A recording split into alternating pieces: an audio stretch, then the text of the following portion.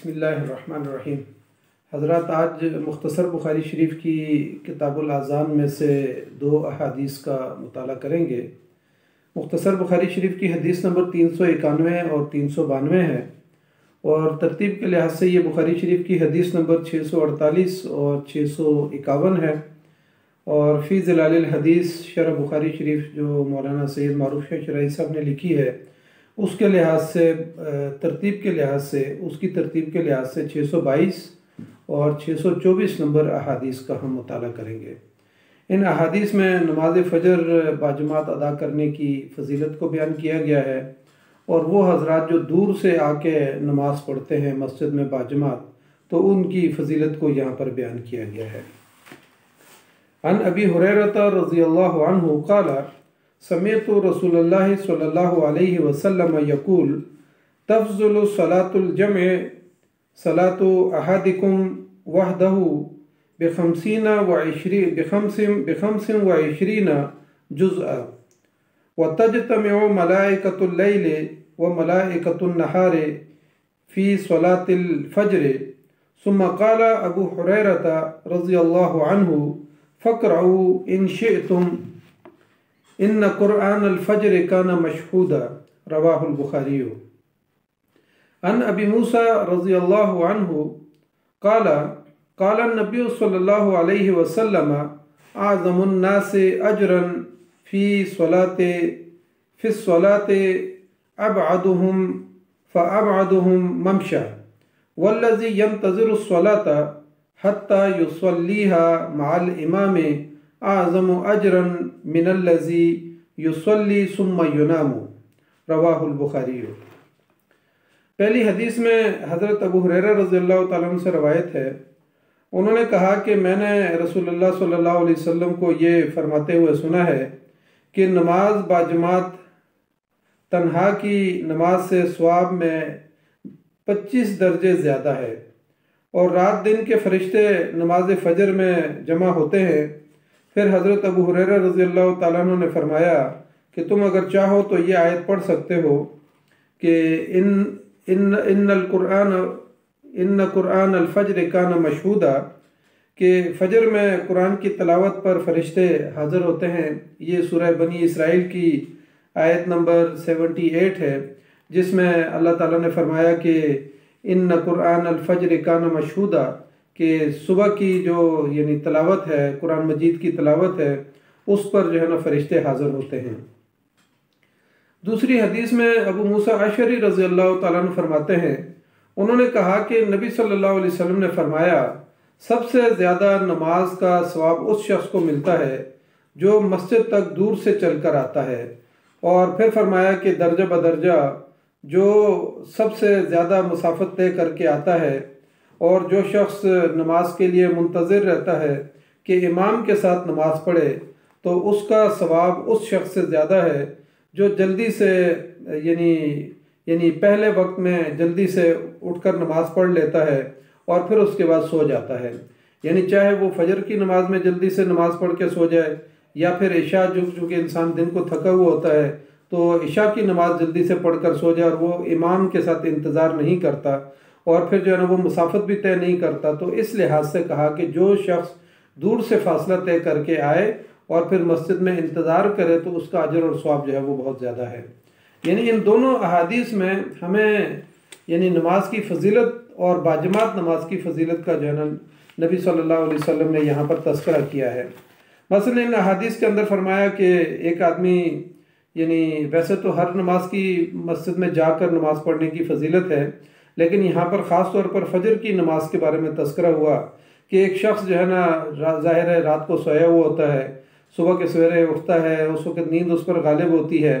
तो उस मौके पे जो है ना वो उठ के फजर से यानी सब घर से फासला तय करके जब मस्जिद में आता है, तो उसका जो है ना यानी दर्जा बदर्जा उसको फजीलत जो है उसके लिहाज से है कि कौन शख्स कितने दूर से आता है। ज़ाहिर है फजर के वक्त भी अंधेरा होता है और इशा की नमाज में भी अंधेरा होता है। तो मुहद्दिसीन ने दोनों के बारे में लिखा है कि ये फजर और यानी इशा की नमाज दोनों में यही सूरत होती है कि एक आदमी जो है जल्दी से नमाज पढ़ के सो जाता है, और दूसरा जो है ना मस्जिद में जाकर इंतज़ार करता है, घर से निकलता है, मस्जिद में जाके इंतज़ार करता है, और इमाम के साथ नमाज पढ़ने की जो है ना कोशिश करता है, तो उसका दर्जा और सवाब जो है ना बहुत ज़्यादा है। इसी तरह नमाज फजर के बारे में फरमाया कि यहाँ पर यानी उसका अजर व सवाब ज़्यादा है। तो ज़ाहिर है उसकी बुनियादी वजह यह है कि जैसे कि इस हदीस के अंदर भी आया कि फ़जर की नमाज में इंसान जब दूर से चल के आता है, अंधेरा होता है, मुश्किल में होता है, और फिर साथ ही ये फरमाया कि फ़जर की नमाज में फ़रिश्ते हाज़िर होते हैं। यानी अल्लाह ताला यानी जो फ़रिश्ते दिन को ड्यूटी करते हैं या वो फ़रिश्ते जो रात को ड्यूटी करते हैं। मसलन जो यानी दिन को ड्यूटी करने वाले होते हैं तो वो फजर की नमाज में आ जाते हैं, और जिन्होंने रात को ड्यूटी की हुई होती है तो वो जो है ना फजर की नमाज में हो के तो फिर यहाँ से चले जाते हैं। और फिर अल्लाह ताला जो है ना यानी उन फरिश्तों से पूछता है कि मेरे बंदों को किस हाल में पाया।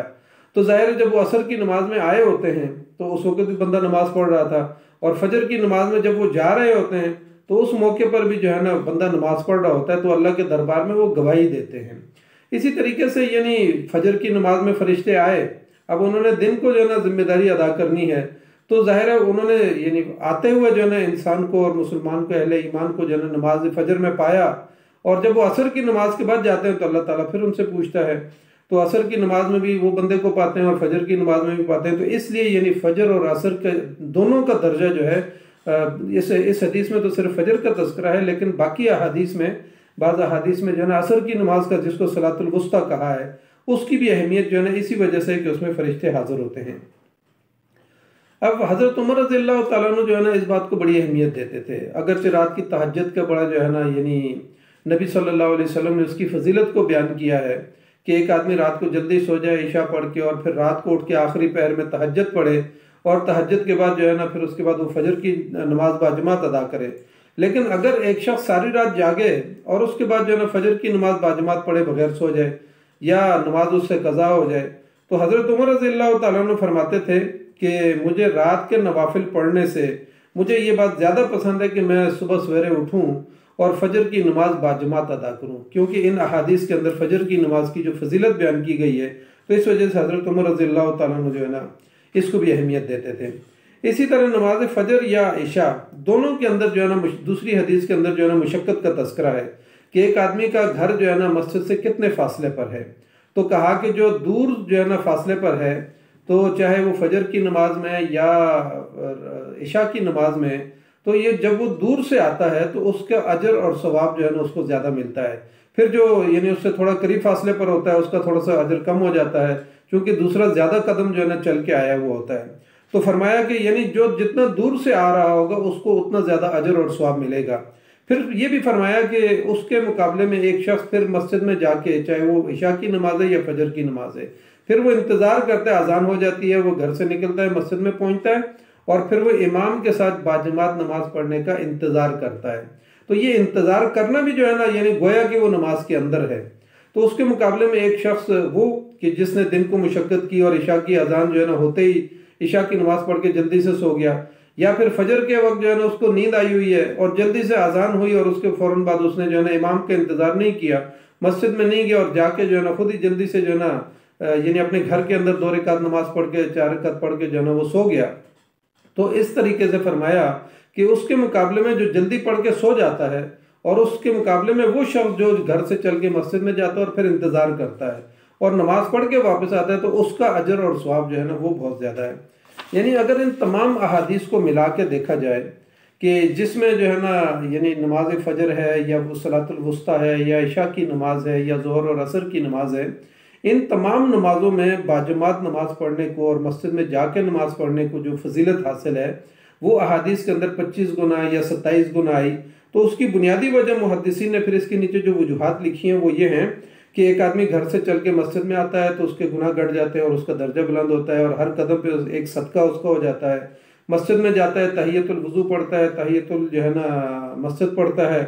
और फिर इस तरह नमाज के इंतज़ार में रहता है, गोया कि वो जो है ना नमाज के अंदर होता है, अजान और इकामत के जवाबात देता है। फिर इसी तरीके से जब फरिश्तों के साथ नमाज वो जमात के अंदर शरीक होकर पढ़ता है तो फरिश्तों की आमीन के साथ उसकी आमीन मिल जाती है,